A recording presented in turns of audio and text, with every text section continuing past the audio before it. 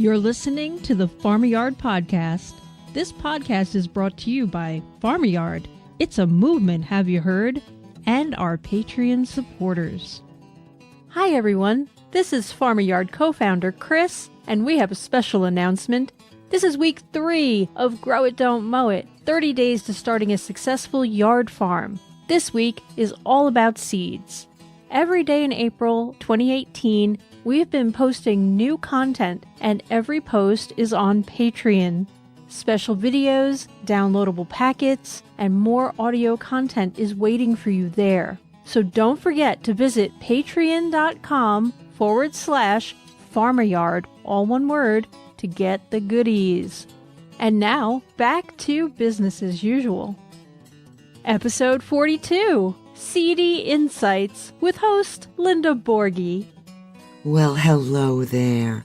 This is Linda Borghi from Farmer Yard. You are just one seed away. And this is week 3 of our Grow It, Don't Mow It campaign. And this is all about that one seed away. It's all about seeds. Seeds are my favorite topic, other than soil. Seeds, I find I am just in awe of the seed. I really am. Some seeds are smaller than others naturally. Most of you know that. Like a pea seed is really, really large, right? These round balls. And then a basil seed is teeny weener. Still a ball, but teeny weener. And you wonder, from those tiny, tiny little dots in the crux of your hand, you know what's going to emerge. You know what intelligence is coming from that seed with the right conditions, right? But I wonder how. I'm in awe of it. So I am always loving to speak about seed. I've done campaigns for seeds, the World Seed Fund. I would raise money in my younger day and for the World Seed Fund, and that was a fund of Abundant Life Seed Foundation that was in Port Townsend in the state of Washington. And Tessa Gowans was the executive director at the time for many, many, many years. And that fund was where people who were in need of seed, who did not have the money to buy the seed to grow the food, would request seed. And based on the amount of money that we were able to buy seed with, we would send that seed all over the world. And it was such an honor for me to participate with a group like that. I did many a project. I did one project, seeds. This episode is all about seeds, so I'm going to tell you a little bit of backstory. I did one project when I was selling cut flowers for a living. I was working for a cut flower importer in Cresskill, New Jersey. And my target was always mass market, right? And they had a bouquet operation. So my focus was to sell bouquets to stupid markets, right? So with this one stupid market, I was able to have a campaign that for every bouquet that was sold, $1 went to the World Seed Fund. It was so fabulous. It was so exciting because all those people that bought those bouquets were able to find out that there was a fund that they could donate to. Maybe they didn't even realize that there were people who didn't have the money to buy the seed to grow the food. Because, sometimes we get out of that reality, Food and water, everyone, every day. Now back to the seeds. Okay, so let's talk about seeds. Seeds, I love them. I hope that everyone listening will pay attention when it comes to certain criteria. For me, a seed has to be organically grown if I'm going to eat it. If it's a flower, then I'm not going to mind if it's a hybrid that was not organically grown, because I'm not going to eat that flower. I'm not going to use any pesticides, fertilizers, or the chemicals and such to grow it. But I'm not going to eat it. But if I'm going to eat it, the seed must be organic. And for me, I prefer if the seed is grown biodynamically. Yep. Because that's how I grow, biodynamically. So there are still some sources of these seeds left. And when I say some sources, I'm going to take you back 30 years ago when I first started. Oh God, it's even longer than that. 35, 45, almost 40 years ago when I first started growing, when I first fell in love with that natural process of putting the seed in the ground and then something comes out. It's just, I'm still to this day, takes my breath away. So that was almost 40 years ago. I have to tell you, the number of seed catalogs for organic seeds had to be like, oh my God, you couldn't get them all. That's how many there were. And they were huge books. I mean, really thick, with page after page after page after page of varieties. And unfortunately, 92% of those today are gone because people stopped growing them. We just stopped growing. We just don't know how to grow, so we stopped growing. So we lost quite a few varieties. Heirloom varieties, those are varieties that have been grown for a minimum of 50 years. Diversity, How were they grown? It's just like me. I'll tell you what I do. I will, let's say a tomato. Let's say tomato plants. Let's say I have 10 tomato plants. And there's one tomato that I look at it and I say, my God, now that, my friend, is a tomato. Well, I will resist picking that tomato for my consumption. I will wait and allow it to go to the time when it's best to harvest the seed, right? So that the seed from that tomato is now going to give me, 200-300 tomato plants in that one tomato. I mean, I haven't counted them. Honest to God, I haven't, but there's an awful lot of tomato seeds in a tomato plant, an awful lot of them. So, then now next year I would grow from that strong stock. So that's how you can increase, make your fruits and vegetables like yummier and better for you year to year, right? Is to choose wisely. Resist it. If it's the most beautiful zinnia on the planet, don't pick it and put it in a vase. Wait for it to dry out. Hold on to her seeds. Now you'll have hundreds of her. Right. So that's a way to work with seeds. Now, how do we choose seeds? What's the way how do we go about choosing seeds? Well, number one, everywhere in the continental United States, we're in zones. We're broken up by growing zones. And all you have to do is Google, what zone am I in? And it will tell you what zone you are in. And that is all pretty much based on when and if you get frost. Okay? Pretty much everywhere in the country, you have what's called an extension agency, an agricultural extension agent. And that goes hand in hand with the land grant universities. And they can give you an awful lot of statistical information on your region, like what type of soil, what is the rain, what is the, the basic kind of composition of the soil in your region. Is it sand? Is it clay? These are all things that you can get very, very easily at your fingertips. And this is information you're going to need to decide and determine what grows where. Like, as an example, my life experience. I am a Jersey girl. and I am back in Jersey now.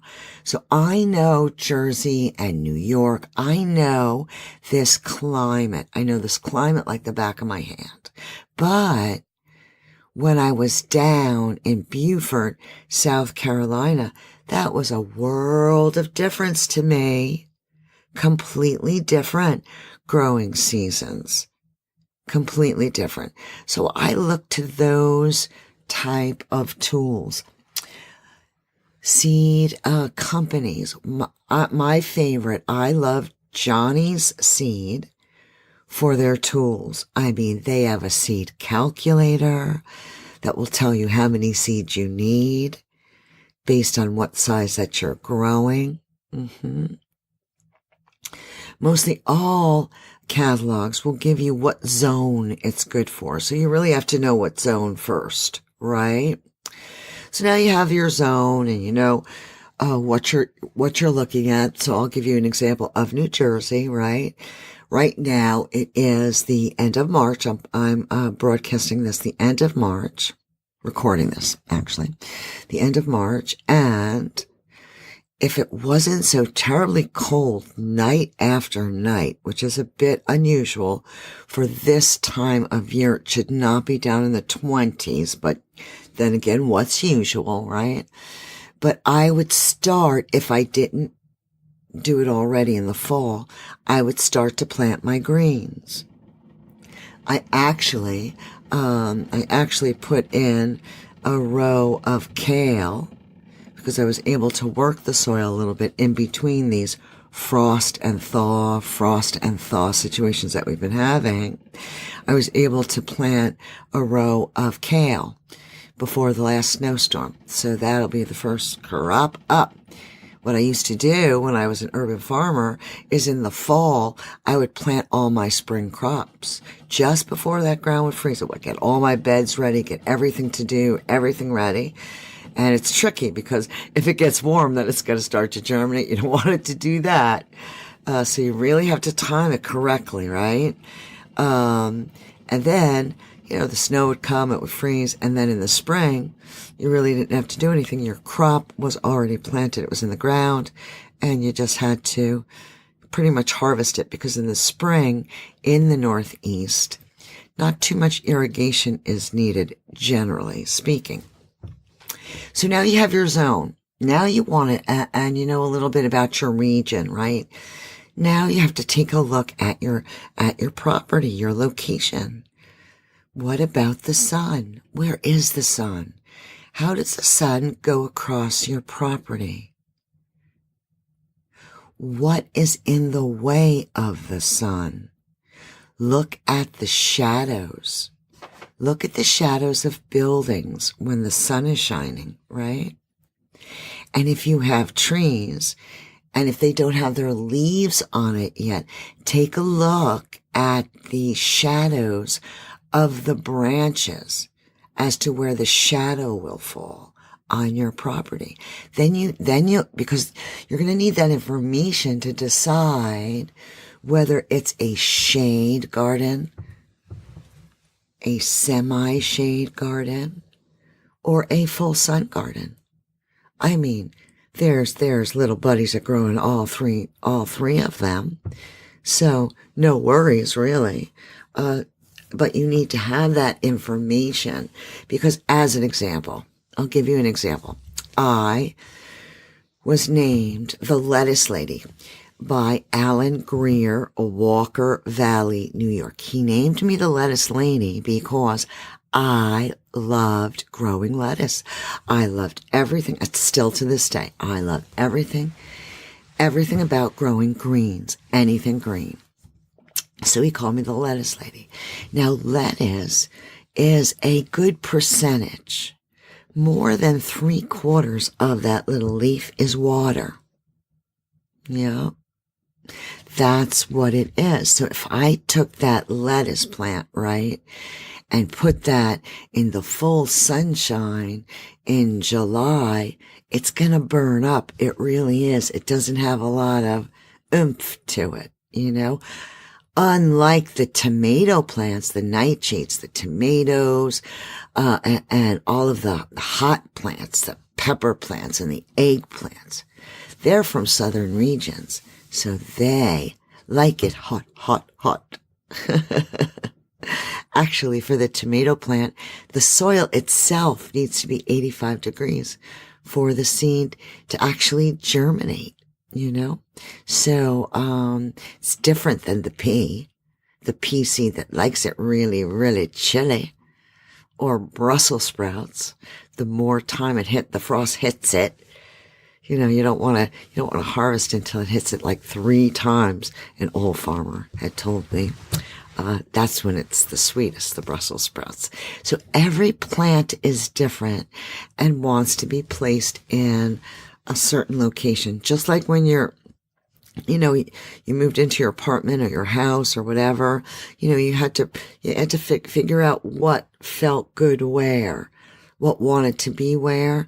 Well, plants are the same way. What plant wants to be where, and it's not for decoration. It is for its survival. And remember, we would love to teach you how to grow food that is really rich in nutrients. So the way to grow food, or help food to grow actually, that's really rich in nutrients is to give that plant everything that it needs. So it's like your infant, you want to know everything about it. And then you'll have the tools to go out there and to grow and to help it to grow. Now, what plants are easier than others to grow? Lettuce is so easy, my friends. Let us entertain you. I mean, it is. I would always, always, always suggest, right, Alan Greer? Shout out to Alan. I would always, always, always suggest that you start with lettuce, because it's something that we need to consume to be really healthy and vibrant, honest to goodness gracious. And it's a quick grower. You could have it really young at 30 days or, grown out 45, some 60 days, all different varieties, And then a lot of the leaf lettuce, you can cut it and it'll come again. Not as strong the second time as the first time, but it still will do that. So you get immediate gratification, and you could grow it in trays. Lettuce is easy. Now in the Northeast, if you're in the Northeast, even if in the Southeast, still, pea shoots. Pea shoots are so darn yummy. Yummy in my tummy. And you can get those seeds. We're going to give you a packet of information on Thursday. So we'll give you that information on where to get those pea shoot seeds. And also some tutorials on how to grow those pea shoots. How does that sound? We're going to put that all together in a package for you. But peas are really easy, and peas are 10 days. Put your fingers up there, 10. 10 days from seed to belly in my tummy. Yummy, yummy, yummy. And if you like peas, pea greens, you harvest them when they're about 3 inches, 2 to 3 inches tall. They taste just like a mouthful of peas. No trellising, no nothing, just cutting, chopping, and eating. They are absolutely stunningly delicious and very nutritious. Just Google pea shoots. Yepperoonie. And like I said, you can grow them in your garden, in trays, on a windowsill. It's really simple. In containers, like solo cups, those little bathroom cups, the waxed ones.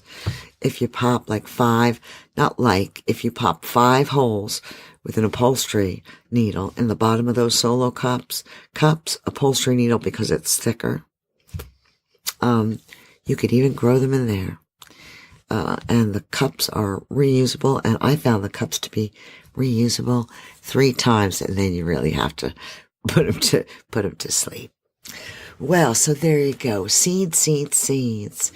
We will have a list of seed catalogs for you and things of that nature. And I am so excited for each and every one of you to start down the path of growing your own food.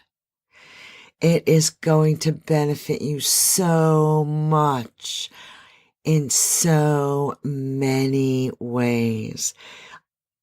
Goes way beyond physical. Trust me with that one. Well, once again, I thank you so much for listening. We could not do this without our Patreon supporters. You guys are just great. You are just great. Superb human beings supporting such a grandiose movement as to encourage 40 million acres of turfgrass to grow food now. As always, we will catch you on the flip side. And until then, go farm that yard. This podcast is community supported. We thank everyone for tuning in, and a special thank you goes out to all our Patreon supporters. If you enjoy our content, please subscribe and share. You can help support us through Farm Yard, all one word, on patreon.com.